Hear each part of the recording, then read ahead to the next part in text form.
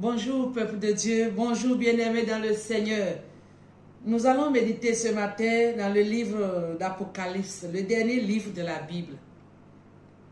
Apocalypse, le chapitre 2, les 5 premiers versets. Nous lisons. Écrit à l'ange de l'église d'Éphèse, voici ce que dit celui qui tient les 7 étoiles dans sa main droite. Celui qui marche au milieu des 7 chandeliers d'or.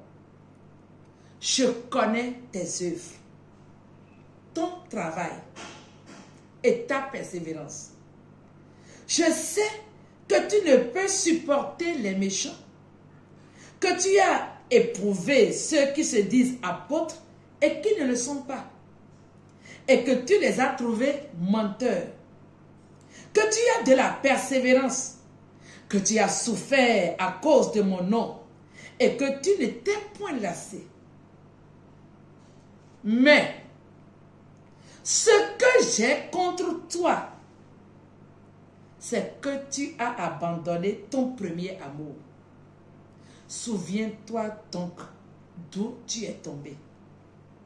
Repens-toi et pratique tes premières œuvres, sinon je viendrai à toi et j'ôterai ton chandelier de sa place, à moins que tu ne te repentes. Que le Seigneur bénisse cette parole. Amen. Souviens-toi d'où tu es tombé. Voilà le message du Seigneur à chacun de nous ce matin. Souviens-toi d'où tu es tombé. Par cette exhortation, le Seigneur veut attirer notre attention sur un danger qui nous guette tous. C'est à nous, chrétiens, que ce texte-là s'adresse. Que nous soyons pasteurs, apôtres, évangélistes, chrétiens, diacres, quel que soit le titre que nous portons, ce message est pour nous. Lorsque nous acceptons le Seigneur Jésus, au début de notre conversion, vous savez, il y a un certain enthousiasme, une certaine joie qui nous anime, une ferveur à servir Dieu, un engagement, un dévouement. Et au fur et à mesure que nous évoluons dans la vie chrétienne, il y a un danger qui nous guette.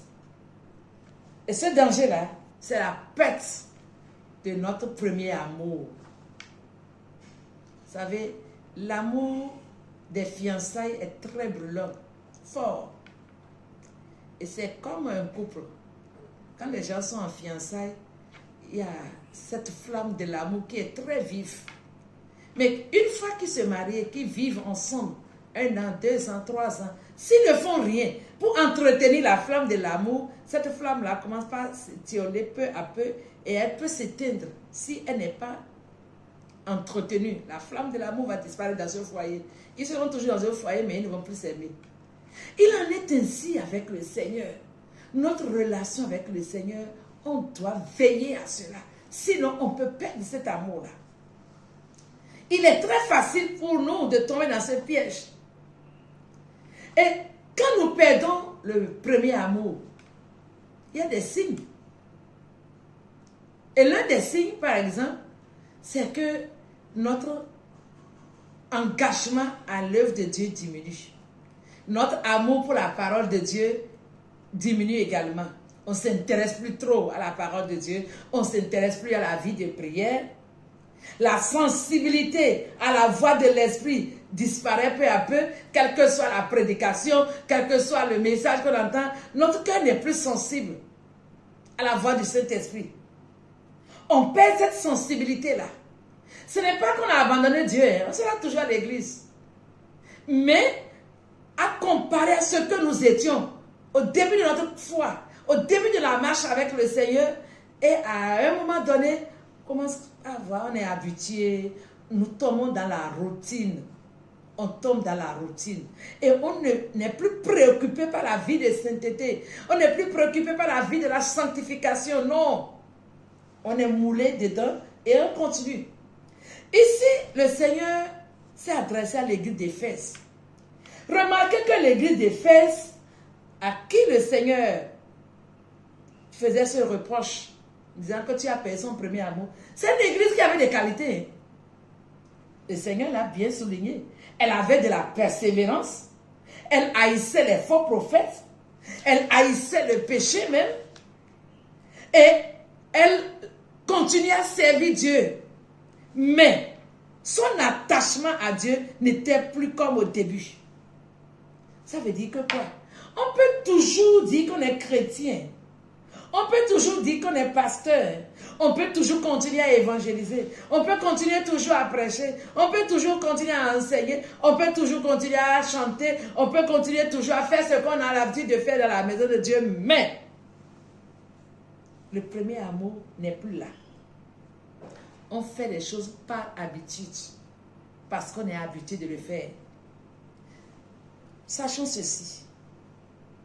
Ne confondons jamais le service de Dieu avec l'amour qu'on doit avoir, qu'on doit manifester pour Dieu. On peut être en train de travailler, on est activiste, on fait les choses, mais chaque service qui est fait sans amour pour Dieu n'a pas de valeur devant le Seigneur. Tout service qui est fait sans amour n'a aucune valeur devant le Seigneur. Parfois, on fait l'œuvre de Dieu simplement parce que nous aimons ce que cette œuvre-là génère comme avantage dans notre vie.